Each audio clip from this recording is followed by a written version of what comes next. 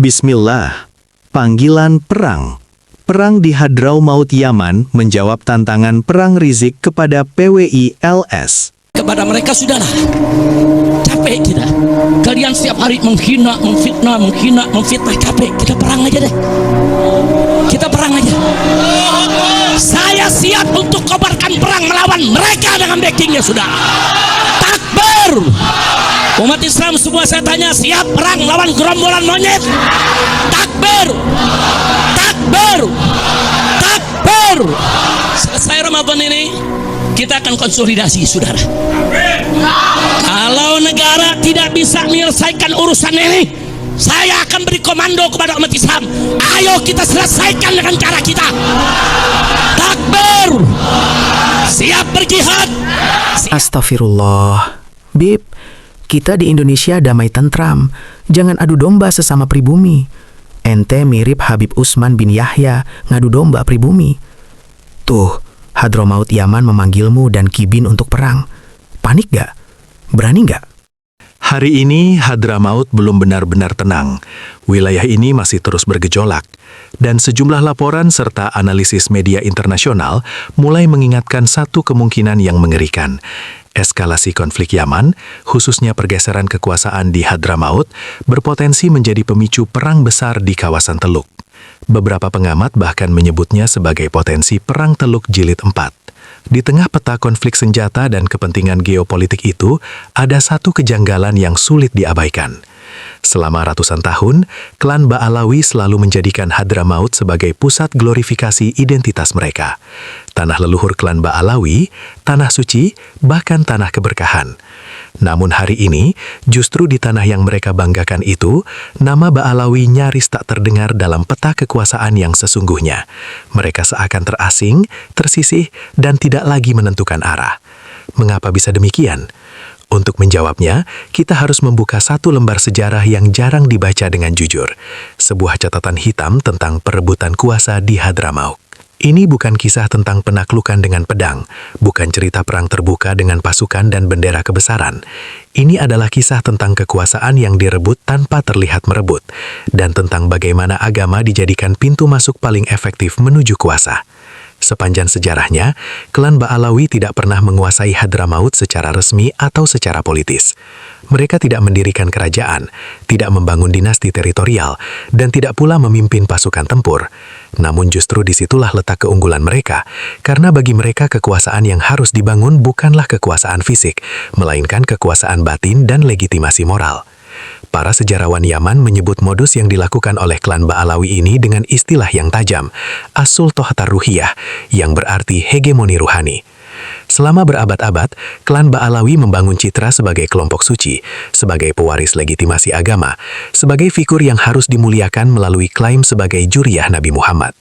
Masyarakat diarahkan untuk mencari berkah, bertawasul, menggantungkan kebenaran pada figur, bukan pada prinsip.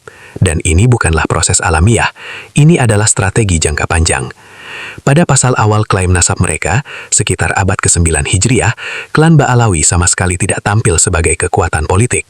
Saat itu, Hadramaut dikuasai oleh klan-klan petarung seperti klan Al-Kasiri dan Al-Yafi. Mereka yang memegang senjata, merekalah yang memegang kuasa. Klan Ba'alawi berada di pinggiran, mengamati, menunggu, dan terus belajar. Setelah lebih dari 3 abad, ambisi itu muncul ke permukaan. Tahun 1221 Hijriah menjadi titik balik upaya pendirian dinasti Ba'alawi yang telah dimulai. Dana dikumpulkan atas nama agama. Tarim disiapkan sebagai pusat kekuasaan. Seorang tokoh telah digadang-gadang sebagai pemimpin dan diangkat dengan gelar Nasiruddin. Namun usaha ini gagal total. Dan disinilah kecerdikan sekaligus kelicikan itu terlihat. Klan Ba'alawi menyadari satu hal, berhadapan langsung dengan penguasa hanya akan berujung kehancuran. Maka strategi pun diubah. Jika tidak bisa berkuasa secara terbuka, berkuasalah secara tersembunyi. Jika tidak bisa memerintah, kendalikan yang memerintah. Sejarah kemudian mencatat bagaimana tokoh-tokoh Ba'alawi memainkan peran ganda. Di satu sisi mendukung pemberontakan terhadap penguasa klan Yafi, di sisi lain tetap sowan ke istana menjaga citra persahabatan. Mereka adalah musuh yang menyamar sebagai sahabat. Sejarawan Solah Al-Bakri bahkan menyebut mereka dengan istilah sangat keras, serigala berbaju kambing. Ketika konflik terbuka tak lagi menguntungkan, klan Ba'alawi memilih jalur yang lebih licin dan modern. Mereka membentuk lembaga sosial dan organisasi keagamaan. Kasus Jamiatul Haq di Tarim menjadi contoh paling telanjang. Di atas kertas, lembaga ini hanyalah sebuah LSM. Namun dalam praktiknya, ia mengatur kebijakan, mengendalikan pajak, dan menjadikan penguasa resmi sekedar simbol. Negara masih ada, namun kekuasaan sejatinya telah berpindah tangan. Setiap kali kepentingan mereka terancam, pola yang sama selalu berulang. Mobilisasi massa, adu domba antar kabilah, propaganda, framing, dan delegitimasi lawan atau bahkan pemerintah. Disinilah sejarah Hadramaut berhenti menjadi masa lalu, karena pola yang sama dengan wajah berbeda pernah nyaris terjadi di Indonesia. Rizik Syihab dan peron pembelah Islam tidak pernah merebut kekuasaan lewat pemilu. Mereka tidak menang di bilik suara, namun mereka membangun sesuatu yang jauh lebih berbahaya, yakni otoritas moral tandingan negara. Lewat mimbar, lewat narasi, umat dizolimi, ulama dikriminalisasi, dan kewajiban merebut kekuasaan atas nama agama. Pelan-pelan pengikutnya diyakinkan bahwa legitimasi sejati bukan berada di tangan negara, melainkan di tangan tokoh dan kelompok tertentu. Ketika agama dijadikan senjata politik, kritik dianggap permusuhan, koreksi dianggap penistaan, dan ketika massa diyakinkan bahwa merekalah pemilik kebenaran, negara pun dipaksa bernegosiasi dengan tekanan jalanan. Dalam kacamata sejarah, ini adalah tanda klasik ambisi politik berbasis legitimasi agama, persis seperti yang pernah terjadi di Hadramaut. Disinilah perbedaannya. Hadramaut terlambat mencegah, tetapi Indonesia tidak terlambat. Keputusan negara di era Presiden Joko Widodo untuk membubarkan FPI bukan keputusan populer. Banyak yang menuduh negara anti-Islam. Namun sejarah kekuasaan selalu konsisten. Tidak ada negara yang dapat bertahan jika membiarkan otoritas keagamaan tandingan tumbuh tanpa batas. Ini bukan soal membenci agama, ini soal menjaga agama dijadikan sebagai kendaraan kekuasaan eksklusif. Dan ketika klaim simbolik mulai runtuh, termasuk setelah lahirnya tesis Kiai Haji Imaduddin Usman Al-Bantani, bangunan kesucian yang selama ini menopang otoritas itu pun retak dan hancur. Hari ini ketika Hadramaut kembali ditentukan oleh senjata dan geopolitik, hegemoni ruhani tak lagi relevan. Nama klan Ba'alawi menghilang di saat tanah yang mereka sebut suci benar-benar diperebutkan.